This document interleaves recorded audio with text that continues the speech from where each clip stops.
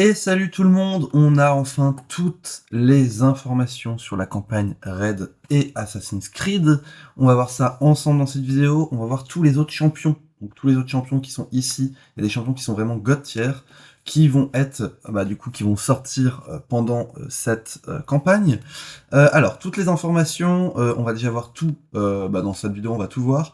Après, je vais pas me répéter sur tout ce que j'ai dit dans les vidéos précédentes pour éviter, pour ceux qui ont vu les vidéos précédentes, de dire « mais ça j'ai déjà entendu », comme ça au moins vous pouvez regarder les vidéos précédentes sur la chaîne Alucard, voilà, vous pouvez les regarder. Alors, on commence par les visuels, mais ça je vais pas rester trop de temps, mais voilà les nouveaux visuels qu'il va y avoir sur le jeu. Ici, ça va être tous les champions, on va les voir à la suite, et donc ça va être les champions, donc hop, on va voir, donc on a les champions, ici il y a 6 légendaires, on a Ezio qui va être garanti, on va avoir la fusion de Cassandra qu'on a vu dans la dernière vidéo, et après on a les 4 autres champions ici, donc les 3 champions, Bayek, Bassim, Edward, qui vont être du coup disponibles lors de events dans le jeu, donc ça va être des events, donc il y aura sûrement des x2, des x10, enfin pas des x2 mais du coup des fois 15. Il va y avoir Pontiff qui sera disponible tout le temps, alors que tous les autres ils vont être disponibles que pendant jusqu'au 8 avril. Après on pourra plus les avoir. Pontiff, on pourra encore l'avoir par la suite. Voilà donc les informations. Ezio ici, lui on en a déjà parlé, il sera gratuit pour tout le monde. Voilà, donc ça on en a déjà parlé.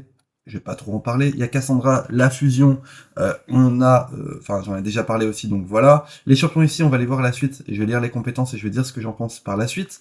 La nouvelle faction, on en a déjà parlé.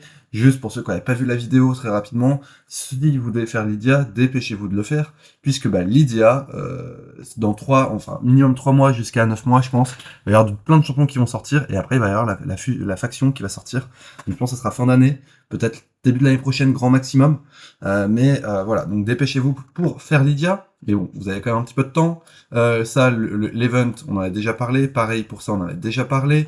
Où j'avais bugué ici sur la traduction, ici, où en fait c'était juste... je sais plus qui c'est qui avait traduit, mais merci à la personne qui avait traduit, j'avais vraiment bugué, quoi. Mais du coup, l'ignore def est réduit sur lui. Et dernière information avant de passer aux champions, on va avoir donc là on va avoir les avatar frames et on va avoir le badge ici. Donc le badge ici c'est comme d'habitude, c'est dès que vous avez tous les champions de cette campagne, vous allez l'avoir. Et ici c'est des récompenses d'événements. Alors, pour les champions, hop, tac, j'avais déjà lu pour pas bugger sur les traductions. Alors, ici, on commence avec Bayek, qui est un légendaire Void défense barbare. Il attaque une fois avec son 1, il va mettre un debuff sans dessus de 2 tours, et il va augmenter son compteur de tour de 20%. Donc si vous mettez de la contre-attaque, si vous faites des alliés attaques ou autres, ça permet de booster son compteur de tour, ça c'est plutôt pas mal. Voilà, donc ça permet pour l'hydre par exemple, le debuff sans dessus c'est plutôt pas mal pour le boss de clan. Après le boss de clan, attention, on ne veut pas augmenter le compteur de tour, mais c'est vraiment le debuff sans dessus, c'est un debuff que je trouve assez... en early game il est ultra fort, en endgame un peu moins fort, mais il est quand même pas mal. Il est quand même pas mal. Son A2, il attaque tous les ennemis tous les 3 tours quand il les book. Il va mettre une réduction de précision, une réduction de résistance. Il va mettre un debuff provocation sur tous les adversaires pendant un tour, mais si l'adversaire a plus de 3 debuffs, ça va mettre un debuff provocation. Ça pour l'hydre, c'est excellent. Réduction de précision, réduction de résistance. La provocation pour la tête qui débuffe, c'est parfait. Donc ça c'est plutôt pas mal. Son A3, il va mettre une augmentation de précision sur tous les alliés pour 2 tours, et il met un voile parfait et une augmentation de def sur tous les alliés, sauf lui, parce que lui il va juste se mettre une augmentation de défense, donc ça fait un petit peu comme Yanitu, pour le fait que c'est lui qui va prendre le focus, parce que quand vous avez un voile parfait, les adversaires ne pourront pas taper les autres adversaires, et il y aura que lui qui pourra se faire taper dessus. Ça lui met un tour supplémentaire, donc tous les 4 tours, c'est-à-dire 3 tours qui fait ça. C'est vraiment pas mal, clairement ça c'est vraiment pas mal. Donc lui, bien joué, bien tanky, ça va être bien tanky. Par contre, il faudra de la précision parce que c'est le seul qui, parce que c'est pas lui, il fait pas partie des assassins, je pense. Enfin, je sais pas du tout. Mais lui, il aura besoin de précision pour mettre ses debuffs. Alors que les autres, dès que vous mettez un voile, mais c'est pour ça, lui, il met les voiles pour les autres alliés. Parce que quand les autres ont un voile, il n'y a pas besoin de précision. Son passif, quand ce champion et ses alliés, ce champion et ses alliés ne peuvent pas recevoir de dégâts critiques, de coups critiques, quand la précision de l'adversaire est inférieure à sa précision à lui. C'est-à-dire que ça, c'est ultra fort. Vraiment, je trouve ça très très fort pour l'arène. C'est juste ultra fort, puisque les knockers, les persos qui font des dégâts, c'est très rare que vous mettez 300 de précision dessus. Normalement, ils vont avoir peut-être, allez, parce que vous avez tous les trucs, vous allez peut-être avoir 220 de précision dessus, grand maximum, pour ceux qui sont ultra endgame et tout, mais vous n'allez pas mettre de la précision sur vos knockers, parce que c'est de la perte de dégâts. Et donc ici, ça counter directement ça.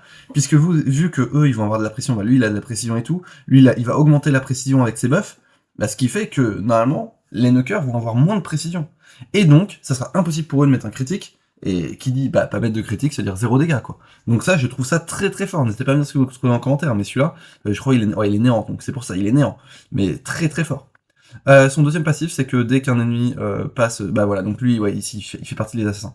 Parce que dès qu'un ennemi passe sous 25%, il va attaquer, et lui, ça va être avec sa défense. Voilà, lui, ça va être avec sa défense, et ça va ignorer du coup la défense adverse, et il augmente la pression dans toutes les batailles de 70%. Bayek, très très fort, et en plus, il va être très bien avec les autres champions. Faudra voir comment on peut l'obtenir, mais rien que déjà, si vous pouvez l'avoir avec les deux autres champions gratuits, enfin gratuits, pour la fusion et le champion gratuit, ça peut être pas mal, hein, parce que là, vous mettez votre voile parfait tout le temps. Hein. Enfin, pas tout le temps, mais il y aura peut-être un tour où il n'y aura pas le voile parfait, mais normalement, lui, vous mettez full vitesse. Donc c'est plutôt pas mal, vraiment plutôt pas mal. Alors, Edward, il attaque un ennemi 3 fois, donc ça, pour le chevalier de feu, c'est parfait. Chaque attaque a 75% de chance montée à 100% quand il est book, de réduire le compteur de tour de 15%. Pour le chevalier de feu, c'est encore parfait. Chaque qu'on s'appelle attaque va réduire de 25% si c'est un critique. C'est très très fort. C'est-à-dire que là, vous attaquez un adversaire, vous réduisez le compteur de tour de 75%. Quand c'est un critique, de toute façon, vous allez mettre du critique, c'est un perso attaque. Là, ça doit être un knocker. Ça doit être un knocker. Bon, impossible à résister si c'est voile ou voile parfait. Donc, si vous êtes un champion qui met un voile ou voile parfait, c'est parfait. Son attaque à 2, il attaque tous les ennemis 2 fois. La première attaque va voler tous les buffs sur les adversaires et réduire le compteur de tour des adversaires de 20%. Impossible à résister encore une fois s'il y a les buffs. La seconde attaque a 75% de chance, bon à 100% si c'est book, de mettre un debuff sommeil de 1 tour. Et c'est impossible, enfin si c'est un critique, ça passe même à travers les blocages de debuff. Ça peut pas être résisté si elle est voile parfait. Ça c'est tous les 3 tours, quand c'est book. Si on a 3 attaques un ennemi, avant d'attaquer, met un voile parfait sur ce champion. Donc ça c'est bien parce que lui peut s'automettre le voile parfait. Et aussi tous les alliés pendant 2 tours, donc les alliés assassins. Donc ça c'est pas mal si vous avez pas Bayek, si vous avez lui, ça permet de mettre des voiles parfaits sur tous vos alliés qui sont assassins. Ça va passer à travers les shields, les pots de pierre et les blocages de dégâts. Il va aussi placer un blocage de réanimation sur l'adversaire s'il est tué. Donc ça c'est tous les 3 tours. Je pense que cette attaque là va faire beaucoup de dégâts. Je pense. Faudra voir le multiplicateur de dégâts. Donc là, le passif, où dès que ça passe en dessous des 25%, il va attaquer, et ça va faire, enfin, ça va être avec les dégâts de son attaque. Et ici, son passif, c'est que à chaque attaque qui est... oui... Voilà, chaque attaque faite par ce champion, ça va mettre le debuff en snare, donc c'est-à-dire qu'on ne pourra pas augmenter le compteur de tour de l'adversaire, enfin l'adversaire ne pourra pas augmenter son compteur de tour, donc de 100% pendant 2 tours, et si ce champion, si ce champion tue un adversaire, ça place un debuff sur tous les adversaires, et ça réduit aussi le compteur de tour de 20%. C'est impossible de résister si elle debuff veille, enfin voile, et ce champion met 20% de dégâts en plus sur les cibles qui ont le debuff en snare. Très très fort. Enfin, très très fort.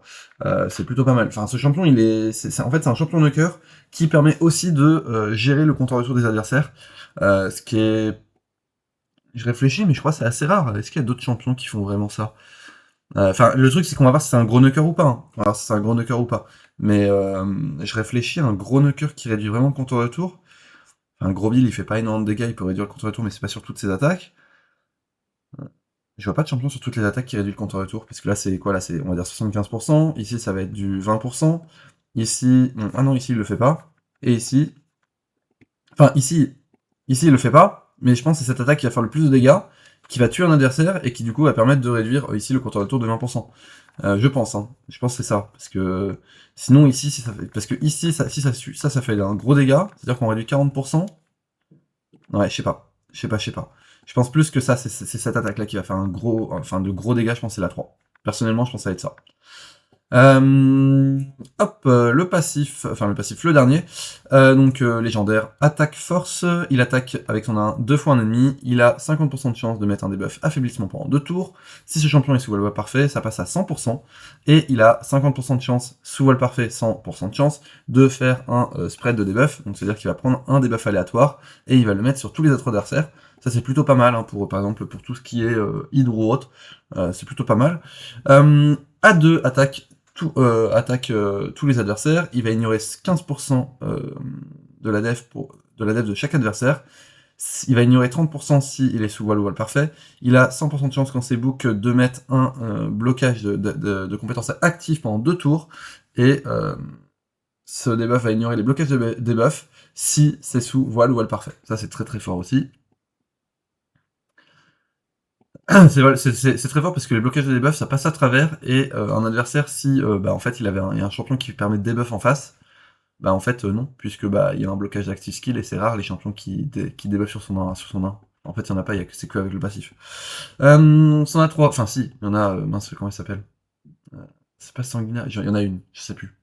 C'en a 3, attaque un ennemi 2 fois, ça va augmenter de 5% les dégâts pour chaque buff et debuff sur ce champion, et 5% pour les buffs et debuffs sur les adversaires, ça monte jusqu'à 100%. De toute façon, en fait, ça peut pas monter plus, puisque dans tous les cas, on a 10 ah non, non, si, ça aurait pu monter plus, parce qu'on peut avoir 10 debuffs maximum sur un adversaire, 10 debuffs sur nous, et après on peut avoir des buffs sur nous, donc ouais, ça aurait pu monter à plus de 100. J'ai rien dit. Et ça va mettre un voile parfait sur tout... ah non, c'est que sur ce champion, et ça va lui donner un tour supplémentaire. Ok. Donc c'est-à-dire qu'il va attaquer 2 fois, puis après il va faire un tour, et après il va faire ça. Plutôt pas mal, parce que là il se met un voile parfait, ce qui lui permet de passer à travers les blocages de buff. En vrai c'est pas mal, à voir les dégâts que ça fait, mais c'est pas mal. Son passif, donc comme les autres, comme les autres assassins. Et son deuxième passif, c'est que ce champion est attaqué, il va voler un buff aléatoire sur l'adversaire, et il va prendre un debuff sur lui pour le mettre sur l'adversaire. Ça peut pas être le polymorphe, et ça va ignorer 15% de la résistance adverse si ce champion est sous voile ou voile parfait. Moi, le truc que je me pose, c'est est-ce que c'est avant l'attaque? Si c'est avant l'attaque, ça peut être pas mal, parce que si par exemple c'est un Nuker qui attaque et il lui vole le buff à attaque, c'est plutôt pas mal. Et s'il met le debuff break def sur lui, enfin il échange le break def, c'est plutôt pas mal aussi. Et c'est 30% d'attaque lors de toutes les batailles. Donc voilà tous les champions. Clairement, je pense qu'il faudra attendre le serveur de test pour tester les champions. Ou on va voir, mais clairement, je pense que tous les champions ensemble, ça va faire un petit peu comme les tortues. Ça va être un petit peu OP. Donc voilà, donc si vous pouvez avoir les champions, on va voir comment ça va être pour avoir les champions. Je pense qu'il va y avoir des Deck of Fate, il va y avoir pas mal de choses. On n'a pas plus d'infos sur ça pour le moment, mais voilà. Si vous avez des questions, n'hésitez pas en commentaire, n'oubliez pas de vous abonner et de mettre un petit like, et puis on se retrouve pour d'autres vidéos. Allez, ciao tout le monde!